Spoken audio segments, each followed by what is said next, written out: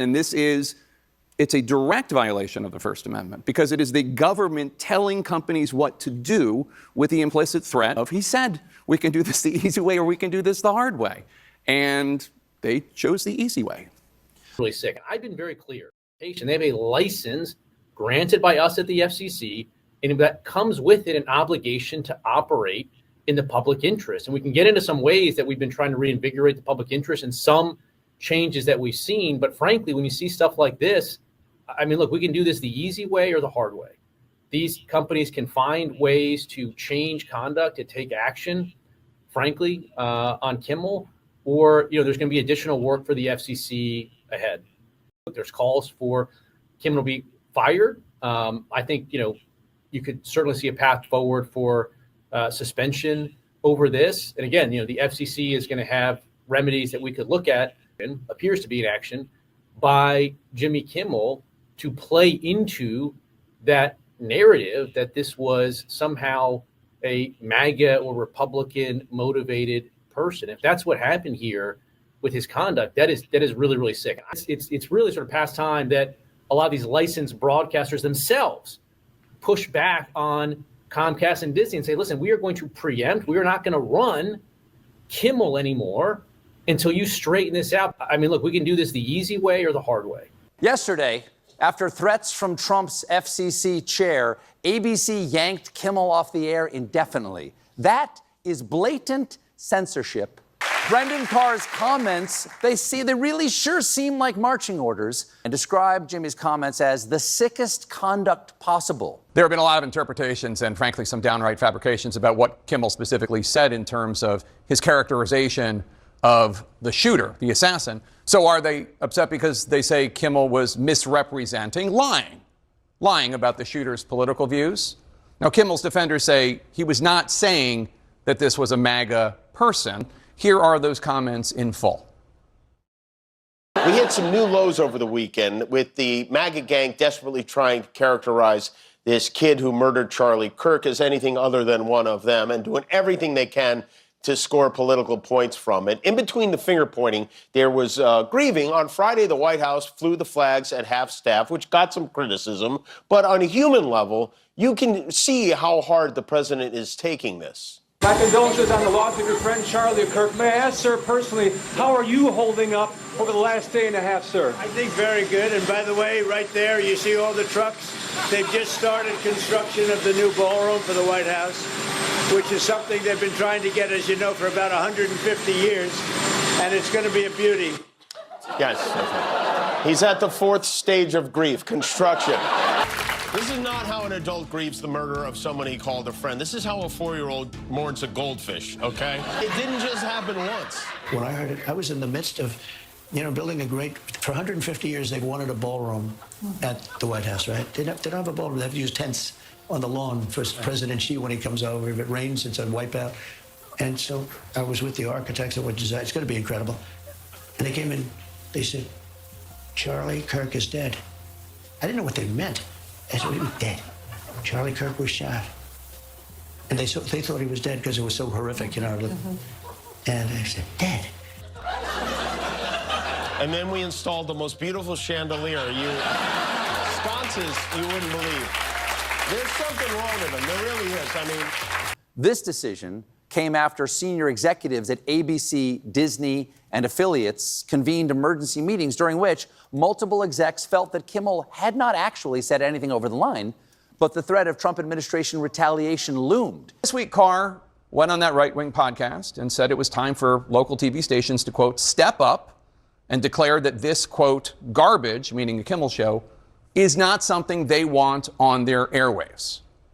Further coincidentally, Carr has even more leverage over the network because Disney, which owns ABC, also needs the Trump administration's green light for ESPN's deal to buy the NFL network. Coincidentally, Nexstar has a major merger coming up before the Trump administration. Enter Nexstar. In August, Nexstar, the largest owner of TV stations, local TV stations in the country, announced that they wanted to purchase their rival Tegna for more than $6 billion. Now, in order for that deal to go through, Nexstar would need the approval of the Federal Communications Commission.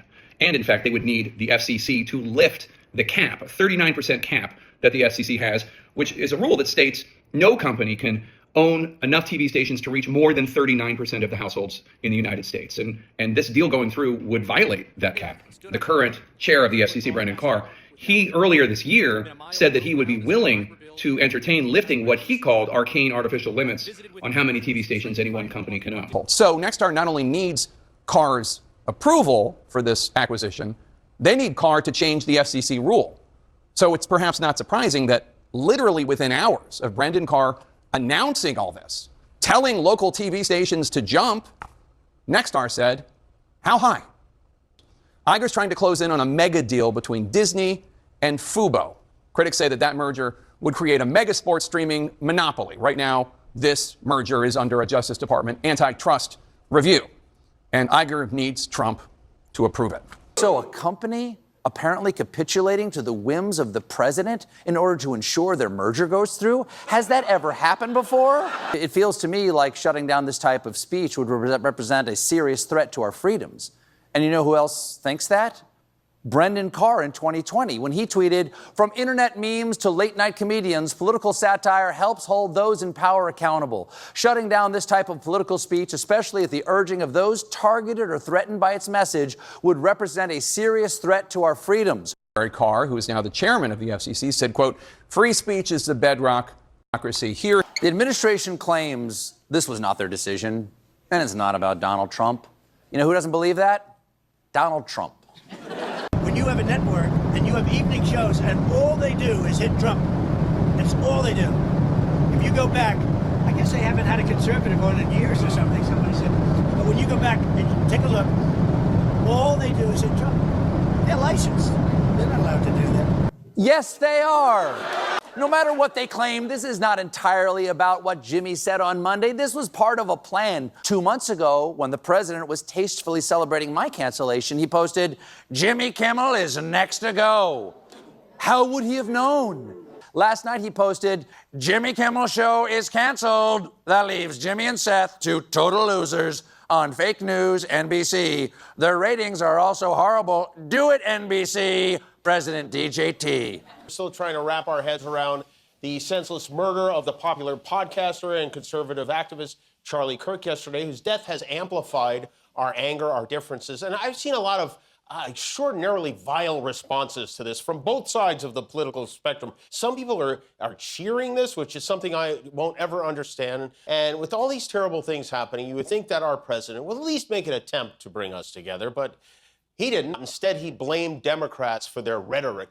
What has the government done versus what has a private actor like ABC done? Now, a private actor is a very different story. The private actor is entitled to voice their opinions and what they have to say, but a company can also have certain, restrictions on what they do. But this has to also be reviewed for whether the government was trying to do the political bidding of the president to get rid of a critic. And frankly, Donald Trump is very open about sort of weaponizing the levers of power. A lot of your allies say hate speech is free speech. They probably go after people like you because you treat me so unfairly. It's hate. You have a lot of hate in your heart. Maybe they'll come after ABC. Well, ABC paid me $16 million recently for a form of hate speech, right? Your company paid me $16 million for a form of hate speech. So maybe they'll have to go after you. Look, we want everything to be fair. It hasn't been fair.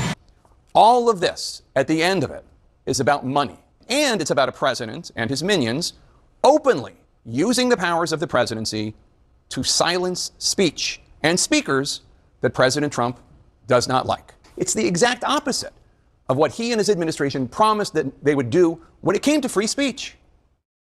I will also sign an executive order to immediately stop all government censorship and bring back free speech to America.